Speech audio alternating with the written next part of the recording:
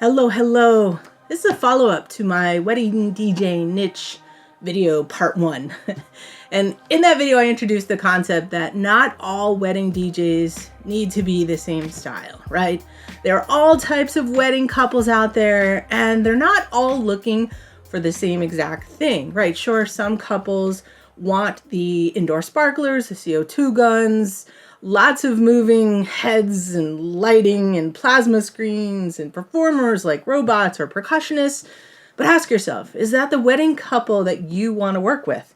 And if that's not for you, there's other options out there when you're branding your business, okay? I want you all to know that, right? At the end of the day, the most important thing is to be authentic. Be the wedding DJ that you want to be because it feels right for you.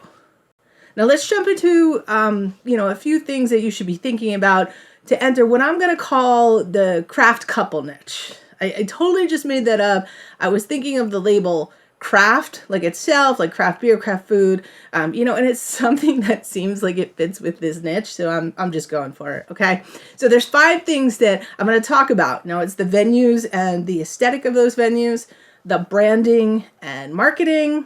We're going to talk a little bit about gear and equipment, of course, music, and just overall vibe. So let's jump into it, and we're going to go into number 1, which is the venue. Now, the craft couple is going to have their wedding at a unique venue. It's going to be like a winery, a vineyard, a barn, a museum, a zoo, aquarium, loft, factory, distillery, camp, retreat center. I think you're picking up on the vibe here, right? They're choosing a venue that has a certain aesthetic.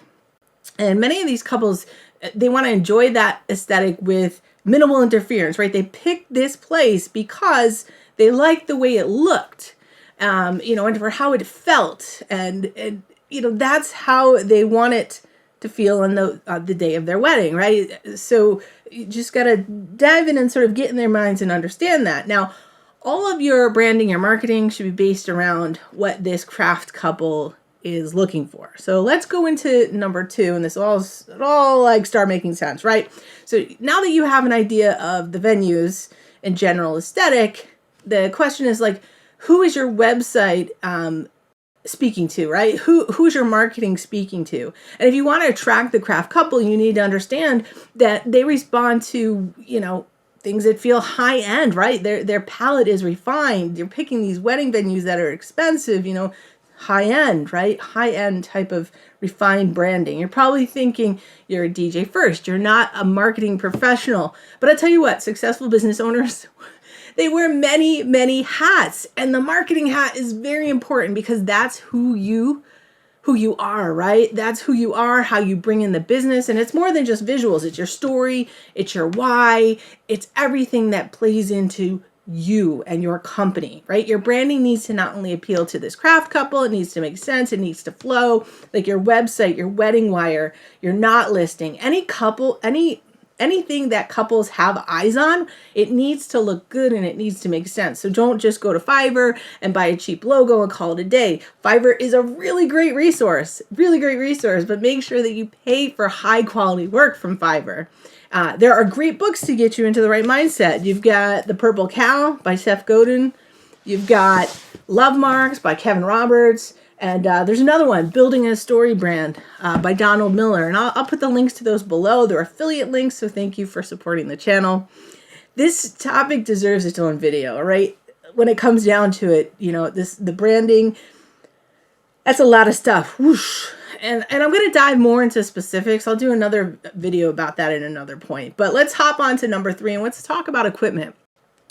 So the focus should be on high quality sound, right? You can forget about all the other add-ons and make your life more simple, which is priceless when you're a wedding DJ or event DJ, and that is your side hustle. It's your side hustle. I feel like this all makes so much sense for people that have this as your side hustle. Now, one of the best things I did for my business was I invested in a Bose L1 setup. So I purchased 2 towers, 4 bass cubes, and that was back in 2007 when it wasn't a popular setup and it cost big bucks.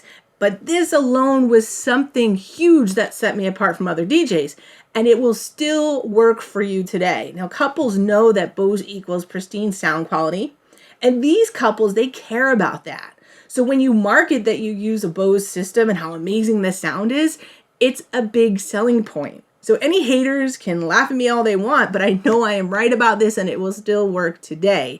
The Bose setup sounds amazing in the types of venues that you'll be working at for these particular craft couples. And I received countless compliments from my wedding couples and actually from the staff at the venues who were comparing the sound to all the other DJs that had come through there. And I've got so many compliments on both the music sound and the clarity of the speaking when people are speaking and giving toasts and all that stuff. The Bose system, especially today, it still sounds great. And, like I said, these wedding couples, they know this Bose brand. So the other thing to remember is that this craft couple is going to be more about the music, right? We're going to talk about that next, but they really want to make sure that they're getting the pristine sound, and then they're all about the music. But how are you going to play the music? Okay, so my suggestion is to either use turntables with a phased DBS system or something similar like that, maybe the new Pioneer Rev 7, or even spin vinyl as a niche, okay? Many of these craft couples, they're vinyl lovers. So this is a part of the aesthetic. But I don't think you should obsess on it, right? Don't obsess on it. It's not worth that. Just make sure your gear is high end and don't go cheap, and that you know how to use your gear. Obviously, that's a big thing. So lighting. Don't worry about offering lighting. I know you're like, what? What are you talking about, Blake? Well, many couples I worked with, they would hire their own professional lighting companies to come in and do their thing. And that was their thing, lighting. The DJ does not have to be the jack of all trades. You can make that a part of your marketing as well. Like, say that up front. If you don't want to lug around uplighting and set it up, you don't have to. And if you think you're losing out on income, take into consideration what all this additional gear costs to purchase, maintain, set up, take down, transport, etc. If you don't want the headache, take it out of the equation. As a side hustle DJ, I didn't want to deal with lighting, and so I didn't. I just didn't, right? So this brings us to the music. Number 4, the music. The music is the biggest reason the craft couple is hiring you. You're going to take the time to understand their musical tastes, and your knowledge of music is what will transform their wedding into what they want. In your branding, your get-togethers with these couples, you need to emphasize your vast knowledge of music and how you will not play songs that they hear at every wedding. You will not play line dances. You are not a DJ that plays line dances, right? If they want a DJ like that, you are not their DJ. Don't try to be the thing for everybody, right? Not every couple is going to be your couple. That is really big to understand. And this needs to be authentic. You need to understand that they have a refined musical palette, okay? It's refined, and they don't just want bangers, bangers, bangers. It's refined, and this is true for cocktail, dinner music, and for dancing, and all of it. Any DJ can go and they can look at the most requested songs at weddings, or use something like, Beat Source, Crate Hackers, DJ Intelligence lists.